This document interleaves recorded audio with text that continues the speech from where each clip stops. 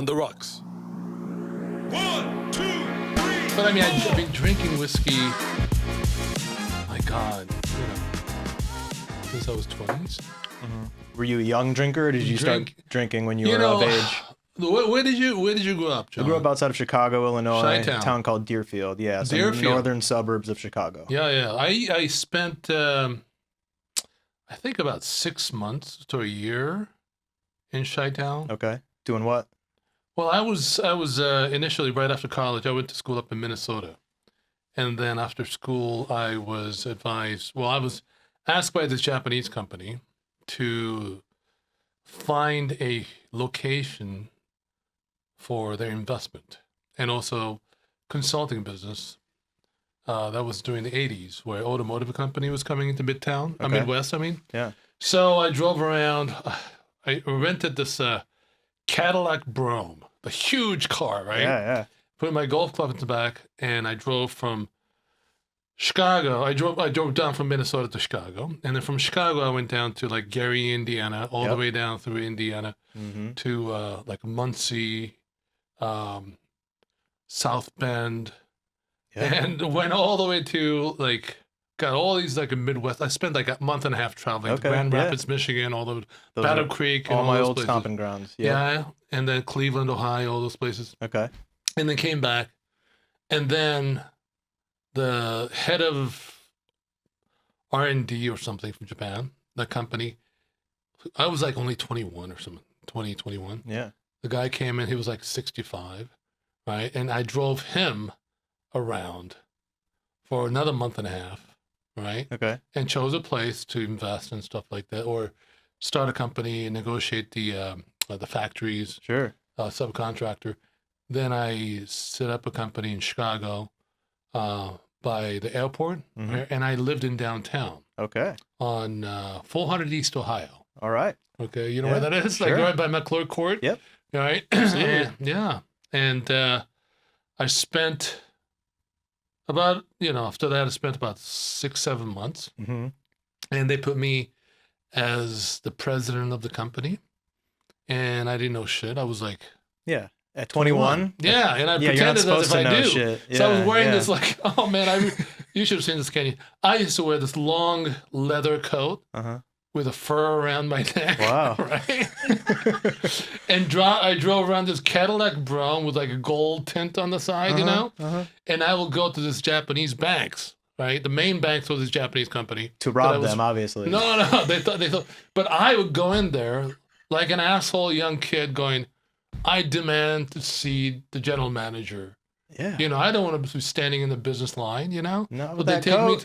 They take me to the room in the back, Yeah. And then they give me tea and I eat cookies and talk about, investment and loans. And I swear to God, as long as you walk in and you look like you know what you're doing and you like fake it till you make it is the saying of all sayings. Like, so I said, hey, you know what? I can be an actor. There you I go. can do this for a living. Yeah. The world is acting. Sales is acting. Like, there's a lot of acting going on when we don't even realize it. Right. And sometimes you get those signs. For the people who are not aware of what you do, John. Yeah. Would you like to tell me what you do? I can try. It's been a journey. Absolutely. Yeah. But, from Chicago? From Chicago. I just grew up just kind of a normal kid in the suburbs. Loved movies, loved music, loved sports. Big diehard Chicago everything. Yeah. That's why you're the bear. Oh yeah, that's why I love the Bears. Yeah. Yeah. I have siblings that are very far apart from each other. So I have an older brother who's 16 years older than me and a sister who's 10 years older than me, and then I came around last. I believe I was a mistake. Wait, they're all the same parents? Same parents. Okay. Yeah. My mom had my brother when she was 18 and then had me, way later. Okay. So getting to that is my older brother's a musician, songwriter, and he moved out to LA way before me. And just kind of always knew that once I started figuring out maybe what I wanted to do with my life, where I wanted to go, what I wanted to do, I knew I wanted to come to California and try something in the business, in the entertainment business. And I knew I had a place to stay because he was out here, and that was kind of all I needed. Where'd you go to school? So I went to Southern Illinois University. Oh, wow, okay. Which is in Carbondale, Illinois, kind of like the Missouri-Kentucky border. So Chicago, Kentucky, huh? Yeah, I mean, Chicago and its surrounding suburbs is classic city. Melting pot of people, super diverse. Once you cross the middle of Illinois, it literally becomes like another world. Yeah. Farmland, Southern mentality, a lot of segregation. I used to have a girlfriend from Peoria, Illinois. So you know that's kind of what it's like. My ex-girlfriend went to Rockford, Illinois. Okay.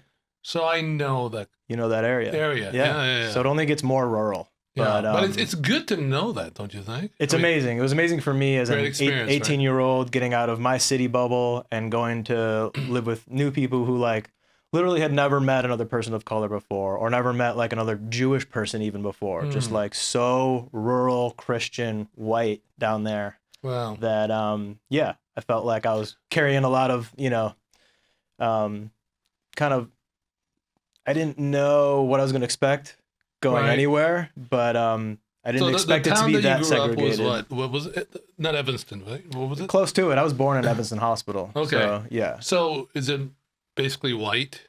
Where I grew up is heavily white, heavily Jewish, a lot of Latinos, and so white as in like there's a lot of else. Germans and tons Polish, of Germans, right? Polish, a lot of in Chicago, absolutely, Illinois, Italians, absolutely. So Southern Illinois is Illinois or no? That is the Salukis. Salukis. The Saluki is an Egyptian hunting dog known for its speed and reflex. Okay.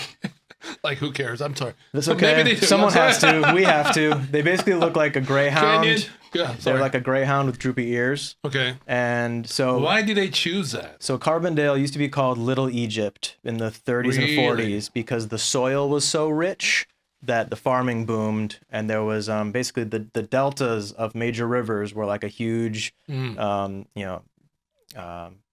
for any sort of deliveries and farming. So the soil was So the soil was rich, so they called it Little Egypt down there because the soil was like sand. And there's a reason. And basically, if you see old hieroglyphics and Egyptian art and stuff, like there are Salukis sitting at the foot of all the Tutankhamun and all that totally. stuff. So that's why Salukis. Wow. Yeah. Wow. But like it's amazing the Salukis in Illinois. I know.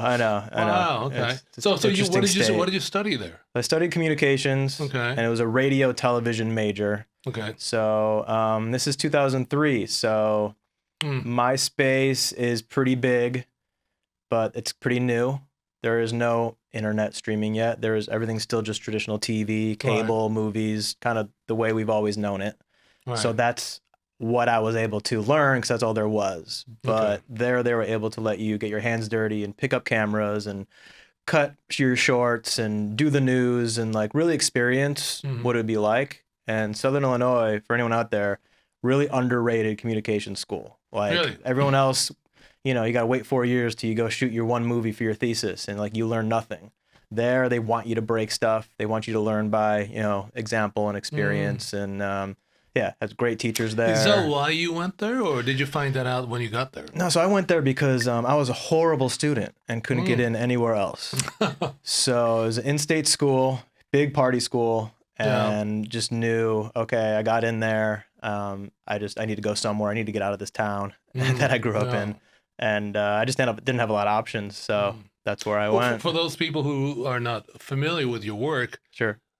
Just to let them know now that you're a producer. Yeah. You're right? Yeah. So we're talking about how to become a producer or your background as a producer. We can. Yeah. So, I mean, that's why I was like, I want to know what the background is because there's been a lot of different, a guest from the industry. Of course. In different area. I mean, last time we had this Japanese grips and gaffers. Sure. No one knows what that is. I know. Yeah. So it was great. And how he got there. Sure. And then there's some actors. There's so many different kinds. And, a lot of different jobs. And a lot of I guess, interesting thing is that a lot of people say, oh, yeah, I just got here by accident. Right? Sure. But I think when you get to the accident, you have to prepare yourself for that. And you have to be able to, grab onto that opportunity and make something of it, Yes. So when you were doing the communication studies, in radio? Radio, television. Did you know that you wanted to be a producer or? I knew, I thought I wanted to do radio. I was really into music and loved radio and music, and my brother being a musician, I felt like radio was the thing. And then I came out here to visit him, a couple times, and got the opportunity to like kind of meet some TV writers, and like I actually went to the Bernie Mac set when that was on, because my brother knew a writer there, and actually I got to like sit in that writer's room and like see that set, and literally that meeting was like, oh no, this is. So I can't imagine this being my job, to like write for a comedy or like just make something for people. That sounds so incredible. So once I had that experience, I was like, the minute I'm graduating, I'm packing up my Jeep. I'm driving right to California. I'm not going back home. I'm not getting comfortable. I'm just going to go while I have all this momentum. And like 25 years later, like you still need to have stars in your eyes to a point, and you still kind of have to have this like false narrative that like, no, you're gonna like defy all these crazy odds and try to do something that you love. So when was it that you came out here? 2003 May. Wow. Yeah. Okay. 20 years old. Wow. Yeah. So 22 years ago. 23 years ago. All right. So what did you do first? I mean, well, you had your brother here. I had my brother, which is an amazing nest of safety, only because I could live for free for a little bit. What was your brother doing as a musician? I mean, what was he doing? He was in bands forever and got close to, being kind of like that classic touring musician. Got close with a couple bands and then started writing music. And when he turned into a writer, when he started getting really successful. So now he's like a really successful songwriter and producer. Okay. Back then, when I got here, he was just kind of figuring that out. So he had a house in the Valley. He's married. He has twin girls who back then were just a couple of years old.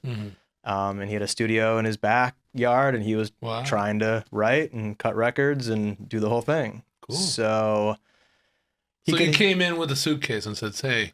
I pretty much, since 13 years old, was like, I'm going to come live with you at some point. Right. It's either, and it was back in the day where it's changed so much now, but if you're in the middle of America back then, you literally had to choose a coast. You still had to go New York or LA. It's a completely different story now if I talk to someone coming out of college.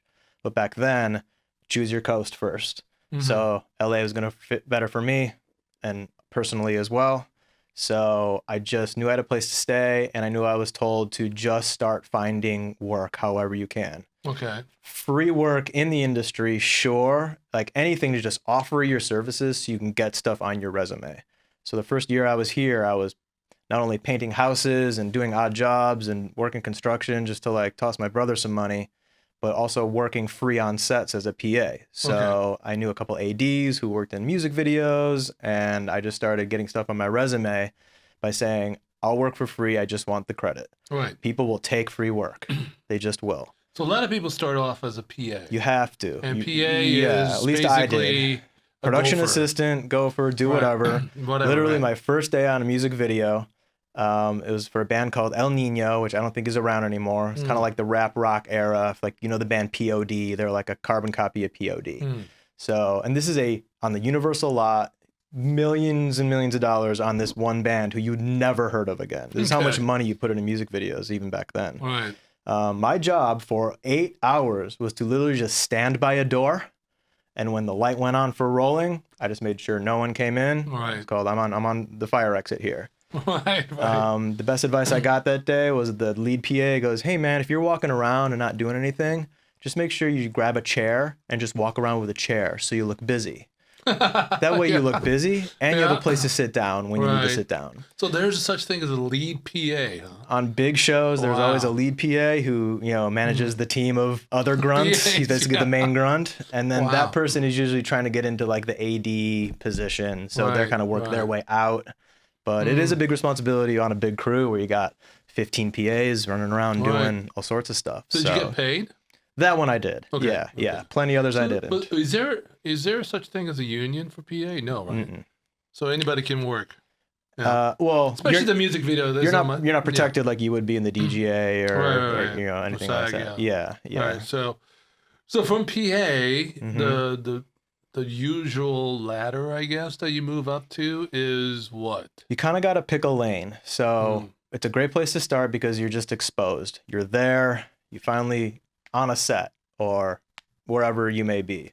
From there, I think really quickly you need to zero in on what interests you because you need to go towards a different path now. If you're a PA and you're just like, can't stop thinking about camera, or audio or costume or makeup. Right. That's when you, on that first big PA job, make your connections to those departments. Because when that job ends, maybe I can be the makeup PA and I can get into that staff and learn that trade. So I think from there, mentors are, I mean, they're the most important thing. Like you need someone to see enough in you to go, I'll show you and kind of take you up. So that's the hardest thing to do, I think, is to get out of your comfort zone, to be a PA and walk up to the camera department and be like, hey guys, I'd really love to learn more about what you guys do. Right. Can I shadow you one day? Can I learn more about what you all do? And then you make that connection, and the next job they're on, maybe they bring you onto the camera team. But isn't it true that like your personality is a major factor? Because you have nothing else to offer, right? It's everything. Work ethic. Work ethic, yeah. Easy to work with. Yeah. Follow directions. Likable. Someone likable. Yeah. There's so many headaches from the start of a day Yeah. that everything has to go smooth and nothing does. So yeah, someone that can be good at telling the future, be proactive, be respectful, Right. have their head on a swivel, like just these things that kind of translate to a lot of jobs. Right, But right. being young, getting into any industry, I think all those attributes will go a really long way, and they're pretty simple. Just like work Right. hard, be kind, be enthusiastic. Yeah, Right. because then you're like, yeah, I want to bring that person along. They were great. Yeah, isn't it true that like in this industry, Mm-hmm. it's normal that you have no experience once you become a PA? Yeah. Like when you go to, let's say, in the regular business industry, like finance, right? Mm-hmm. They look at your resume, they look at your education. Did you go to business school 2 years? At least you have this, resume to show to, Yep. Internship, stuff like that. internship at the investment bank, whatever. Right. But in this industry of Hollywood filming, I Right. mean, it's expected that you have nothing to show. You have to make your own way literally from the start. And I think that's what drives people away a year later if they try. They don't know how to be self-starters at such a young age and just kind of go for it. Right, right. So that is a personality thing. And I think Yeah. that translates to how you grow in the industry. Yeah. Is it's just you just need to be kind of strong-willed in that way. So when you came off that project, what did you want to do? Which lane did you want to choose? Yeah, I always wanted to tell stories, and I'm a writer, and I Okay. fell in love with documentary and real stories really quickly. Why is that? I just love the real human condition. Because the reason why I'm asking is because in my age, this time in my life right now, especially being an actor for a while, I'm very interested in nonfiction. Yeah. Documentary. Yeah. So when I watch Netflix shows, I mostly watch documentaries. Yeah, and, me too. Yeah, this guy had this kind of life, I didn't know. And books I read. I love autobiographies. I just love Yeah. real stories. Yeah. So you had that interest from young age. I did, but I also just wanted to write however I could. So I would just continue to write. I would continue to shoot small things with friends. I would just go have fun on a weekend with a camera. And What kind of genre? shorts, comedies, Comedies? off the Mostly? wall. Yeah, I mean, truly just whatever we thought was funny. Mm. Kind of before people would have YouTube pages and put out their own stuff, we were just doing that Okay. just for shits and giggles, Okay. just to have fun. And we're all young and up and coming and need sort of an outlet as well. Right. So right. I do. Do you still stand- have that interest of writing? Oh, I write all the time, and Okay. I have Comedy? projects going now for Okay, sure. we got to talk about that. Absolutely. Yeah. no, No, even I after think the show. one of my problems is that Yeah. I like so many things, so many subjects, so many genres that I love them all. Right. But you got to take the ones that are the opportunities that are in front of you if you want to work. So at a certain point, you kind of got to jump into at least some sort of genre to work and build and grow. And around 2006, I got producing opportunities finally, but it was in the true crime genre. Okay, it so was how the did that come about? true crime documentary genre? How did that? I mean, So I You're did. lucky, I did what I just explained, which was I was PAing. Yeah. I was trying to find more regular work, trying to find maybe some associate producer gigs, like trying to level up from the PA world. I'd been PAing for a minute. I PA'd on a full feature, so I just had a bunch of good experience going. right. I literally saw a job on Craigslist. This is back when Craigslist Wow. was kind of a hit or miss place. Like you could get murdered off of there, or you could get a Right, job. exactly.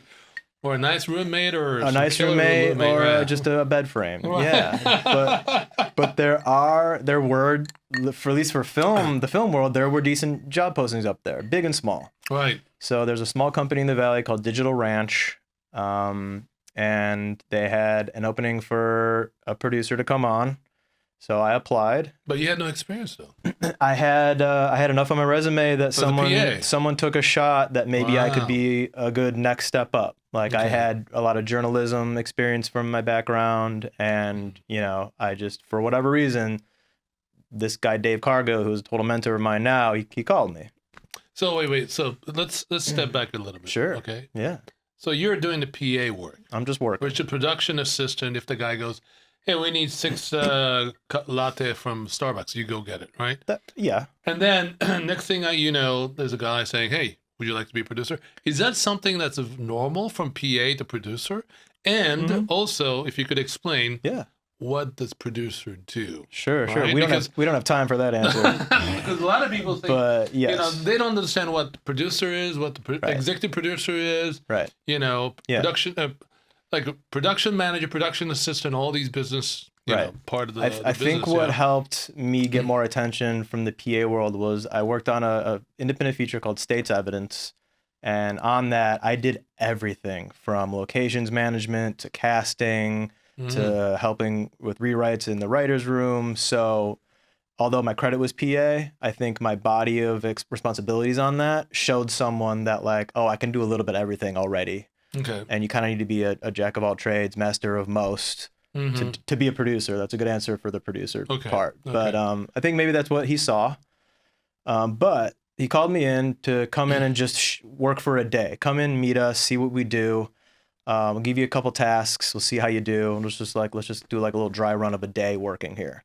So that's what I did first. So is that like assistant producer? It was essentially like associate producer. Okay. And the big task he put me on was on these crime shows, you have to go find the families, the police officers, they're called talking heads, the people that are going to be in the documentary. Okay. Part of your job as a producer on these shows is to go get access to those people, see if they would like to be on the show, and then you start working with them, you book them, and those are the people that sit down and interview and make the show. So wait. So yeah, how do you go about doing that? You just like call these people? Pretty much. Is that what you do? Yeah. So I've gotten really good at finding people, and that's been like a big ace in kind of my holster. Is like I'm really good at tracking people down, selling them on a project, talking them into doing something. So the murder mystery type of thing, right? So you're calling like a parent of a victim who got killed. Talking to mothers of victims, talking to family members, I'm talking to detectives, lawyers, DAs, everyone and anyone that's part of the case,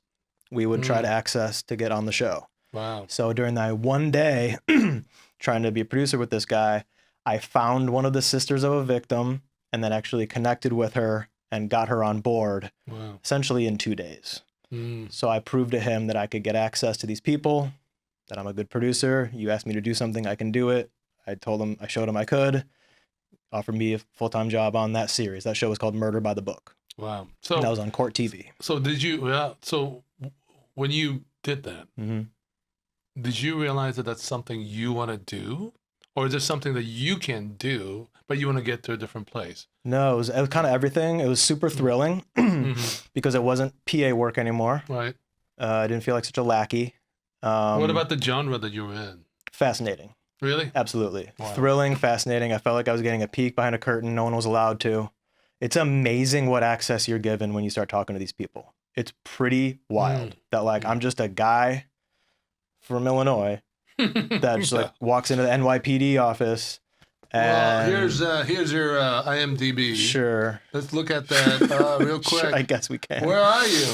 I mean, these are all... What was that show that you were talking about? Murder by the Book. Yeah. 2006 to 2008. Wow. Yeah. Okay. So true crime writers would pick their favorite real case, and they would kind of reinvestigate it with you. So they were like the hosts. Okay. So, yeah, that was kind of like the hook on that show. Investigators, Investigation X. So for a documentary, it's a documentary or a docudrama? Or what it's a series. So series? Investigation Discovery now, like all those types of shows. Yeah. These were the first of those kind. I see. Basically, this is another rabbit hole, but I'm obsessed with the O.J. Simpson case. Okay. Why? You still are cultural everything, cultural relevancy. The reason I'm working on this kind of show is because there was Cops first. Cops came out, then CNN started covering OJ 24/7. When was that again? OJ was 90. OJ was 93, 94. Was it 93 or 94? I remember I was living just down the street from him. Yeah. I was up in the Brentwood Hills. Yeah. And then he's murdered his what's her name? His ex-wife, Nicole Simpson. Nicole Simpson, yeah. So just once that became, you could literally tune in and just watch OJ all day. OJ all day. That birthed the true crime TV genre, where Core TV became True TV, became ID Now. Right. That is all from literally like these two shows, Investigators, Murder by the Book. Like we were like kind of the first that broke the genre. Wow. Yeah. Okay. So very grateful to my mentor Dave Cargill. Maybe he'll listen to this, but he brought me on. You need one person to give you a shot. Yeah, just one. Yeah. And he was the but first you have one. To prove yourself too, and then I still had to prove myself, and I stayed with that company for about 3.5 years. Yeah. Which is good for being a freelancer because So how long is like a documentary shooting? Yeah. For one episode, how long is that? Everyone is literally everyone is different. Yeah. So back here in these days, the budgets were bigger, the schedule was longer. What was the budget like for one episode? Back then, gosh, a few $100,000 an episode. Yeah. Okay. Yeah. And how many staff? Is it like one camera, one sound, and then just go? And it goes into segments. So what we would do is there'd be a development and writing phase where you access the people I'm talking about. You kind of stack up your show. Right. You're working with the network the entire time. So it's hard to tell one of these if you don't get 4 or 5 really important voices for a case. Right. So a big part of our job was getting at least 4 or 5 really strong voices. From there, you literally book the interview, and I would then eventually go and interview these people. So I'd be in the chair, and I'd be trying to get the sound bites for the show. From there, you kind of have a framework of the storyline.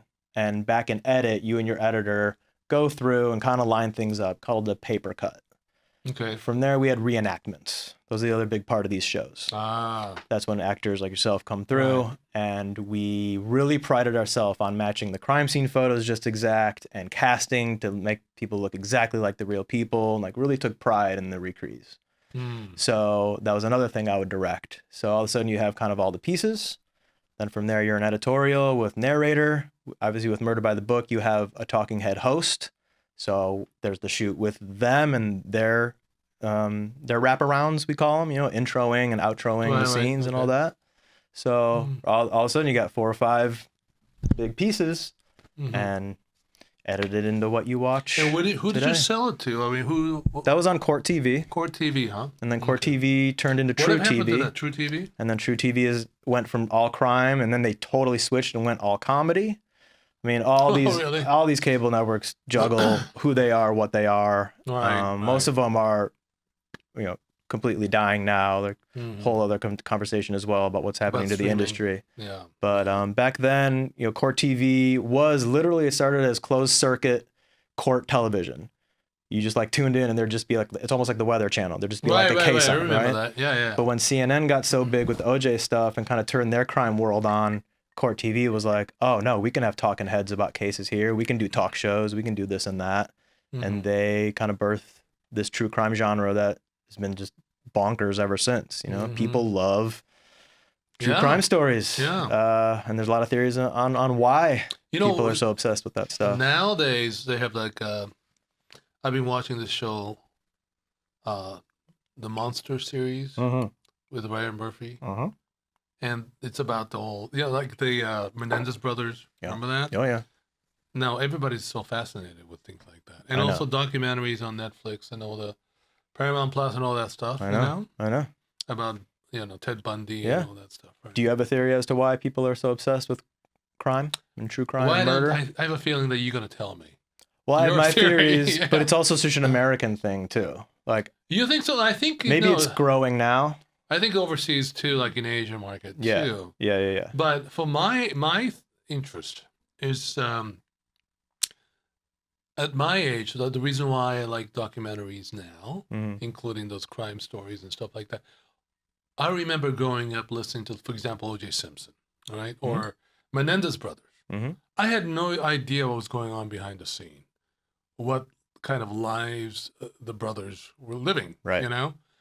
And I get to see the glimpse of that. and I can go, oh, maybe that's why they did it. Mm-hmm. Or maybe that's not really true, but they made it that way. Mm-hmm. I mean, it makes you wonder, all over again. Yeah. Right? Yeah. That's one of the reasons people are very interested in it. Truly. Like, Yeah. even like just a regular documentary about, recently I saw the documentary, let's say, on Billy Joel. Mhm. Right? I had no idea what kind of life he was living, Yeah. when he wrote Piano Man and, Just the Way You Are or whatever. How did Right. that song come about? What kind of background he had? Yeah. So that Those are the kind of, best. you want to know more about the person that you Yeah. grew up, listening to, watching Yes. on the show. Yeah. You love getting inside people's heads if you're a fan of So something. what is Yeah. your theory on Well, with crime, Yeah. it's kind of like the Jerry Springer effect a little bit, Okay. where I think people like watching a car crash, unfortunately. that? Right. I also think people like to then compare, gosh, my life's not so bad. At least that's not me. Right. I think for women, they have a different way of victimizing with a female victim on those shows. That's something I can't speak to because I'm not a woman. Right. But that's why the female audience is so huge. The audience for these shows is females between Really? 35 and 55, 80, Really? 80%. Yeah.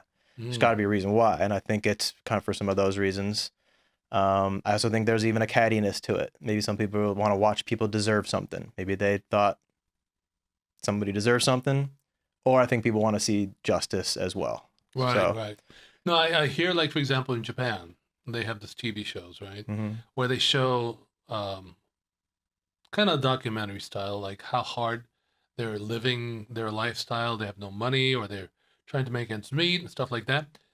They like to watch those shows because they can say, "Hey, I'm better off than they are," Ding, ding, and ding. also they can Yeah. go, "Oh my God, I feel sorry for them." Totally. Yeah. Right? Yeah. So And it's also, I think with anything, entertainment, it is to help you disassociate. How can you check out? How can you just numb Mhm. out? I've worked on just a billion reality shows after this career. Okay. And a lot of them are, I'm just wondering who's watching it, Yeah, and it's just, yeah. there's an audience, there's something for everybody. right. There is. And it's kind So of where did you way. go from there? Where did you go from that crime story? So I got really crimed out.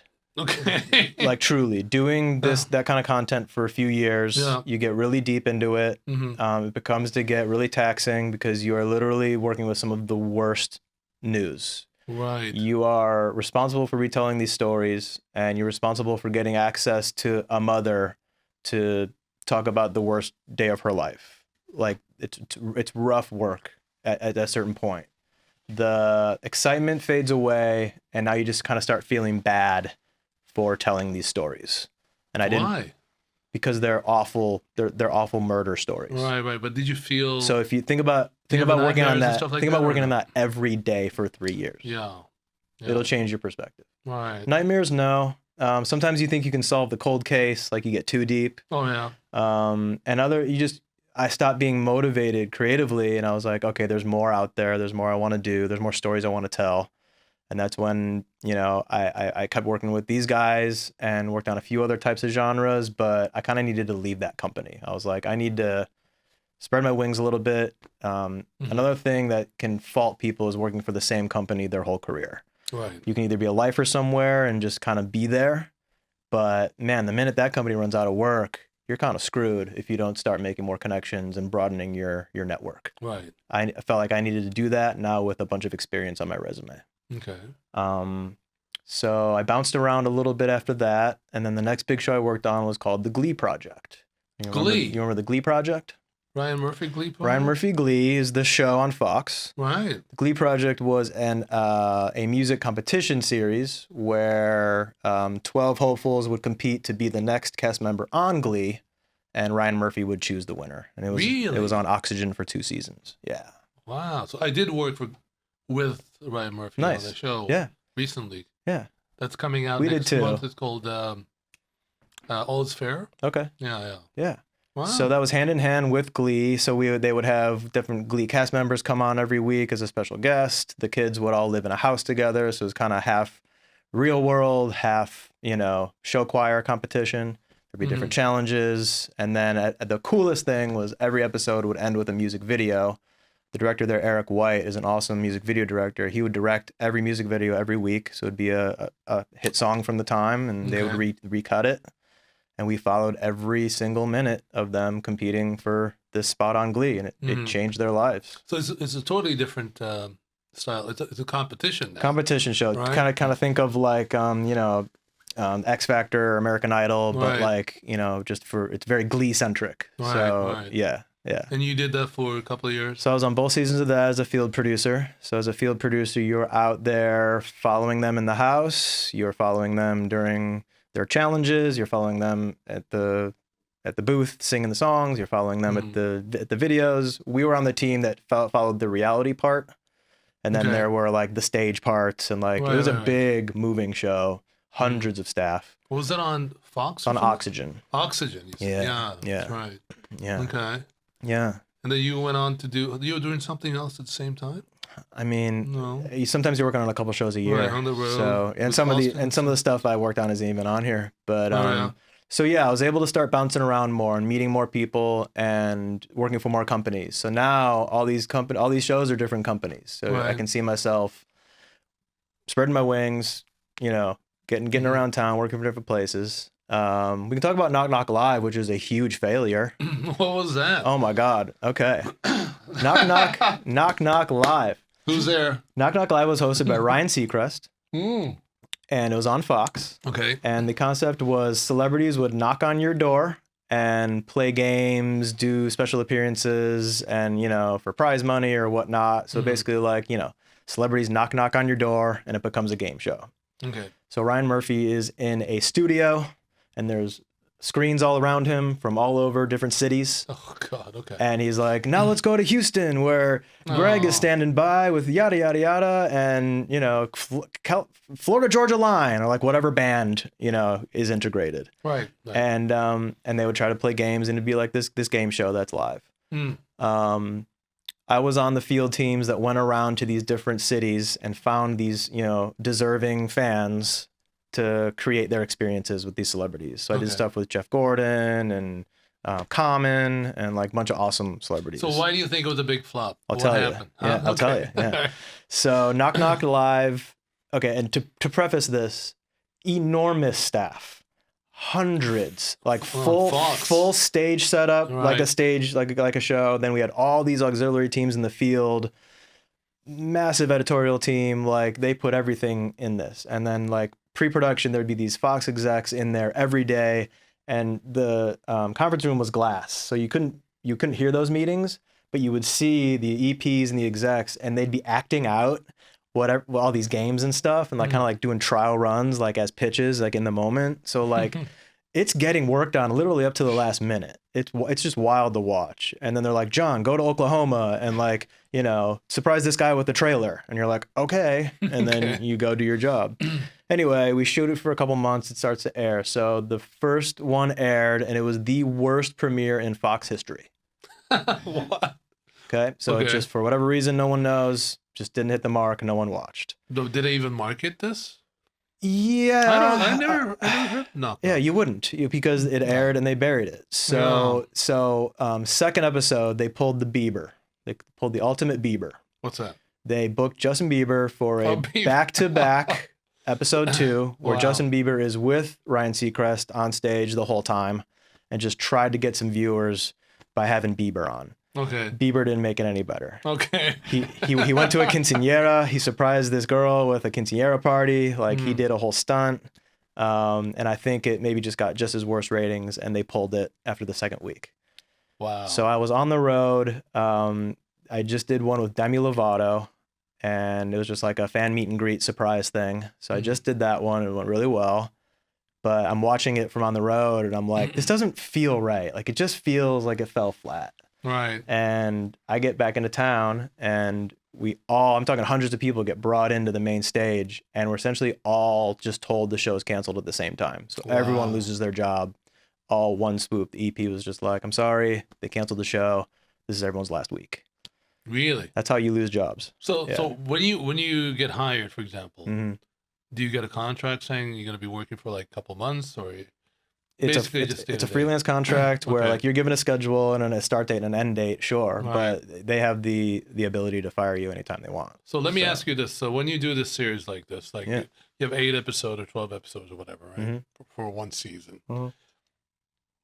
how far along do you start working? Like, do you do 3 episodes or 4 episodes at the same time? So you're out there working, and all of a sudden, like after 2 episodes, like we're done. Yeah. So a lot goes into, especially with traditional broadcast, lining up your advertisers, when you're going to air, what your time slot is, when your premiere date is. So if you get a show going, you would hope you'd have a runway enough to be like, and your air date isn't 6 months. So start shooting.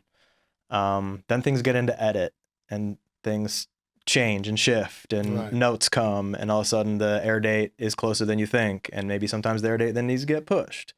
Sometimes they see enough where they go, we're not airing this. Sometimes they love it so much they go, we're going to air it 3 weeks sooner, can you get it any faster? You are at the whim of the network executive. Studio, sometimes for good, sometimes for bad. They might love something so much that they screw you over because they want it sooner, and now you don't have the time or care to make what you just were shown. It's such a particularly for this one. I mean, was it just a bad idea? I think it was good in the room. I think the celebrities were great, and just like, how could you not feature those? Was it editing? I mean, the idea wise, when I look at when I put my business producer's hat, right? Yeah, it's a great idea that the main cast, who we're paying the most, doesn't have to travel. You can just sit in one place. You know, for one day we can do like 3-5 episodes. You know, I think Ryan Seacrest was saturated at that point. He was doing Idol. He was doing the Kelly morning show. He was on the radio. They tossed him another show here. So I don't think anyone wants to tune in to Ryan 4 times a day. So I think there's that. And then when I watched it from a hotel room in frickin' Oklahoma somewhere, I felt like the audience live was being belittled. I felt like it looked like charity. It didn't look like a fun game show. Like there was one where they just blew a bunch of cash into the air and just in a cul-de-sac. What was that commercial? The Reader's Digest or something that like you want $1 million? Oh sure, like, Publishers Clearinghouse. Publishers Clearinghouse. Yeah, exactly. It was exactly. It's like that, it felt like that, and I think the audience will tell you. And they told us this is bull. And I think we did a lot of cool stuff for a lot of cool people that never saw the light of day, you know, found these cool stories and got some really deserving people, some cool opportunities with their favorite celebrities. But just too big of a shot out of the cannon, way too much spent up front to where they couldn't afford to air it if it wasn't going to be gangbusters. It was just too expensive. Yeah.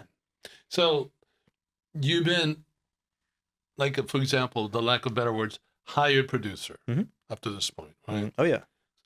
What's the difference between that and like you have an idea, you go out there, talk to the studios, pitch it, and get your show made? I mean, have you done that? More or less, and I wish it was those 4 easy steps and ding, and your cookie's done. Because one of the reasons is because I remember I did this. I forgot maybe 10 years ago, maybe 15 years ago, I was asked by Japanese TV companies to sell the rights to the reality shows, unscripted format. Okay. Right? To America. To the U.S. So I pitched it to, through my agency, I pitched to Warner Brothers, Warner Horizon, I guess. Yeah. We sold one. We also pitched it to like Fox. And at Fox, there was like one guy who was head of Unscripted who came from Japan.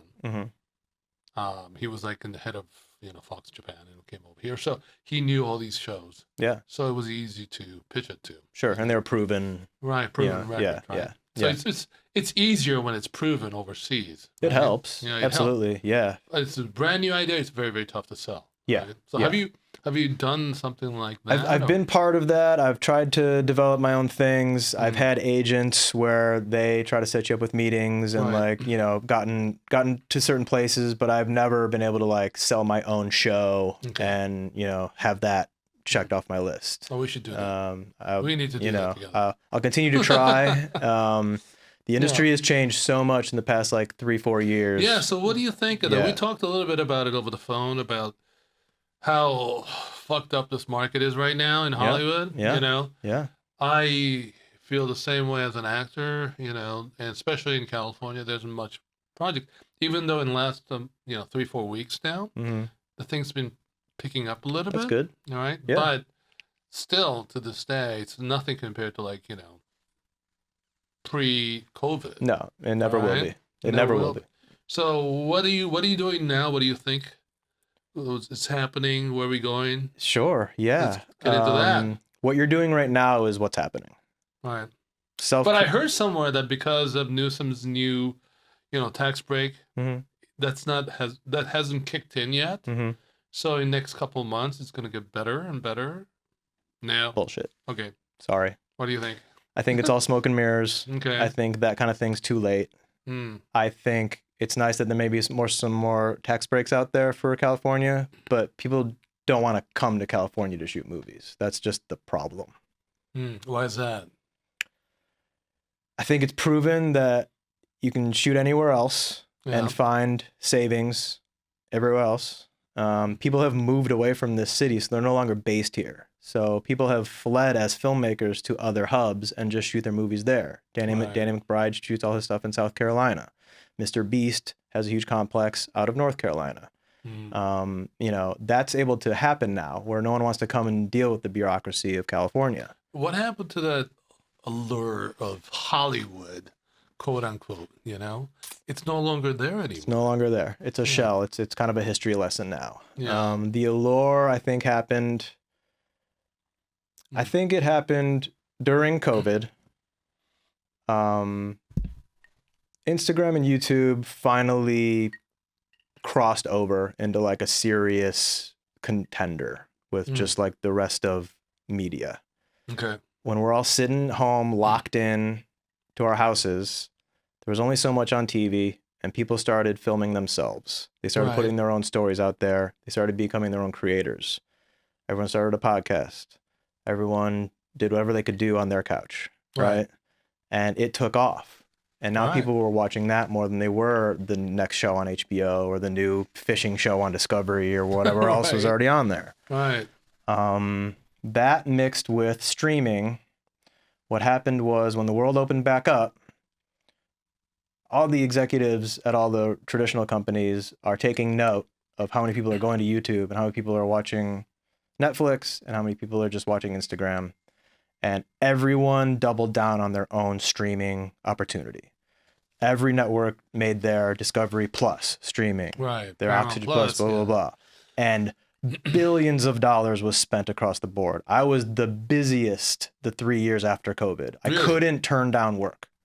Literally, like mostly what, reality shows or all reality shows. Okay. Everyone just filling it up. And also because they have their existing Discovery channel, but now we got Discovery Plus we got to fill up. We have NBC, now we got to fill up Peacock. Right. And we need to beat Netflix. We need to be or beat Netflix. Right. That was everybody's mission when the world opened back up and the floodgates opened up. Everyone was working, truly. No one watched any of that stuff. Right. All great stuff, wonderful TV shows, hard work, amazing actors, you name it. It wasn't for lack of quality because the money was spent. People just went back to YouTube and Instagram. Right, right. And money talks. I and heard when today, you're in the black after that, you're not going to run that back. Right. You're not going to go do the same thing you just did that costs you millions of dollars. Right. So, I heard today that like most people are watching video podcasts. Absolutely. Yeah. Oh, yeah. And number one video podcast is on YouTube. Yep. But now today, Netflix is doing a joint venture with Spotify. Yep. To do a, they're bringing on podcasts. Yeah. Absolutely. Podcast, video podcast. Absolutely. All right. Yep. So that's going to be more and more saturated. How are we going to distinguish ourselves from the other podcast? Yep. What's our value proposition? Yeah. I tell everyone this is get out of the studio. Yeah. Truly. I love... On location, you mean? Or? Yeah, on location. Yeah. Turn your pods more into docs. Get outside. If you're going to interview a jazz musician, don't interview him here. Interview him at the club he started learning saxophone at. If you're interviewing a chef, go to the first kitchen they worked at. Yeah. Like that kind of stuff's How did you magic become to a me. producer?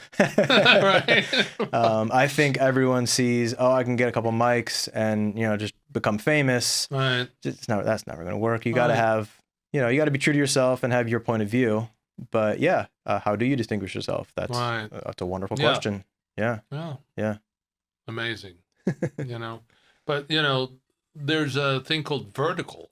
Yes, verticals. On YouTube. Yep. Verticals was like initially they tried to do it in like 2019 with a big flop, and now it's like one of the major things on YouTube and stuff like that. I know. I worked on a show. So Verizon had a streaming service for a second called Go 90. Do you remember that? No. Yeah. Do you? No. That was like 2018. And they 2018, they tried to do everything we're seeing now just a couple years too early. And they burned everything. Yeah. But I've worked on that kind of stuff when it was like a little too premature. Yeah, I did too. Yeah, on the internet. Yeah. And it was still like kind of dial-up internet and like you know. It wasn't dial-up. It wasn't dial-up. No, okay. But it was like fast as it is now, right? Yeah. But just people weren't going there to watch stuff yet. That was the thing. So people were still going to their TV to watch. Now we have the two screen syndrome, which is I'm going to put something on to watch. Oh yeah. And then I'm going to pay attention to my phone as well. Yeah, my girlfriend does that. And I was like, what are you doing? You know a show is doing well when you aren't drawn back to your phone. When you're locked in and you stay up on screen number one. Yeah, but I mean I don't know, it's my, you know, generation thing, but my girlfriend's like watching a show on Netflix and then playing game on the phone. Yeah. And I'm going, you gonna watch or you gonna play a game? You know? She is watching. You know, it's like, what the fuck? I'm sure she says, I am watching. I know. Right. And we always get an argument like, all right, fine, I'm gonna change it or I'm gonna turn it off. Yeah, you know? It's like, but you just grab her phone and just throw it out the window. Yeah, exactly. Give me that fuck. Yeah. Yes. But that's normal now. It is normal now. Yeah. It's crazy. It's hard to deny that that's part of us and our attention span. Yeah. So what? It comes down to what are you doing now? Yeah. And what are you going to do from here, right? Absolutely, yeah. So tell me. So candidly, in 2023, after all of the industry consolidation, all of the cable networks just kind of going under and getting bought out and making less, I was part of a huge reckoning here where like I worked 3 weeks in 2023. Wow. After 20 plus years of like nonstop work, the lights just really shut off. Right. Everything from just the things in LA, whether it's strikes, whether it's fires, whether it's just people moving away. Everything I was brought up in and learned from and worked on is just kind of no longer happening. It just shifted and changed. And I'm left here with a body of work that isn't basically being put into action anymore. So I have to take a bunch of skills I have and try to pivot into something else that's going to hopefully entertain and I'm going to enjoy and I can still be creative. And like, that was my journey. This whole, basically all of 2024 was figuring out, okay, this business is no longer reliable as much as fun as it was. What is my next 20 years? Right. And I was lucky to find a job at an experiential entertainment company called Cape Creative. And they do live experiences, branded events, basically experiential marketing in a sense. And it's really fun and really new. And I've been at this company for 8 months. Describe what exactly that is. Like give me an example of a project. Yeah. So the first big project we were working on this year is with Airbnb. Okay. Have you seen the commercials for Airbnb experiences on TV? No? Okay. So Airbnb, as you know, is just the place to rent homes. Right. This year, they wanted to change their app up a bit and kind of be the place where you go do everything. So they have Airbnb experiences now. So in every city, you can go to the experiences part of the app, and it's basically a more fun Groupon meets a masterclass kind of experience with like an in-town host. So say you want to, there's like a lot of chefs that have these experiences where you go to their restaurant, they teach you how to cook their signature dish, and then you have like a tasting menu experience with like a James Beard award-winning chef. Okay. That's like an example. Cape was in charge of basically finding these hosts in 70 markets around the globe to be platformed onto Airbnb, to be an experience host. Okay. So I'm here in LA on an LA team, basically designing Airbnb experiences. So it's a lot of casting, a lot of finding people with good stories. It's coming up with a small business for them and platforming them. So it's 90% of what I normally do. I just don't have to go make a TV show about it, honestly. Right. Yeah. So is this something that your company, Cape, do they pitch the idea of like, let's do this, let's do that? Or do they come up with like, I want to do this? So when it comes to the experiences, we find the hosts. So say I find a great historian that teaches film at UCLA. Yeah, but that idea of like historian, and let's have this experience. Is this something that you guys pitch to them? Yes, we find them, we ideate with them. So basically now the Airbnb corporate is the studio. That will greenlight your idea. They want to do live experiences, and they do them with celebrities. And during our launch, like Chance the Rapper had one, and like we had like a bunch of like fun celebrities do experiences as well. And it was written up in Variety and Rolling Stone, so like it got a lot of good energy. Right. And now you can go on to Airbnb.com, and wherever you are in the world, you can book a fun experience from wherever you're visiting. Like for example, like American Express, Platinum. They have an experience to do this, chef. Experience or whatever it is. It's exactly what it's like. That's what it's like. Yeah. But that's something that you guys will pitch to American Express and say, hey, let's do this or let's do that. Yeah. So the founder of this company, he was head of Apple marketing for 16 years. He launched the iPhone. He basically wrote the white paper on like how to market Apple products. It's like, his name's Brown Bartholomew. He's total genius, really great guy. And he was referred to by Brian Chesky at Airbnb to help with this project. So they came to Brown and said, can you help us build these host experiences? And 70 global markets, about 250 employees throughout 70 cities. And we built the Airbnb experiences. Yeah. So I'm just wrapping that up. Is target audience is basically affluent individual, any travelers, whether you're local or visiting. It's just for travelers looking for fun stuff to do in their city and be guided by a unique host. What is the typical price for something like this for experience? I would say like $65, $75, around there. What? Wait. Are you saying that's expensive or cheap? Cheap. Oh. What are you talking about? $65, $75 to experience this? To go on a 2-hour experience with a chef or a tour guide or a surf lesson or there's... And how many people in the group? About 10 to 15 people. They're like intimate, so they're really fun, like human interactive experiences. Yeah. Wow. So I'm wrapping that up. I'm not sure what's going to happen in the new year with that project, but I'm still with Cape and I'm trying to find other business. Full-time, this is full time. Yeah. You can't do anything else?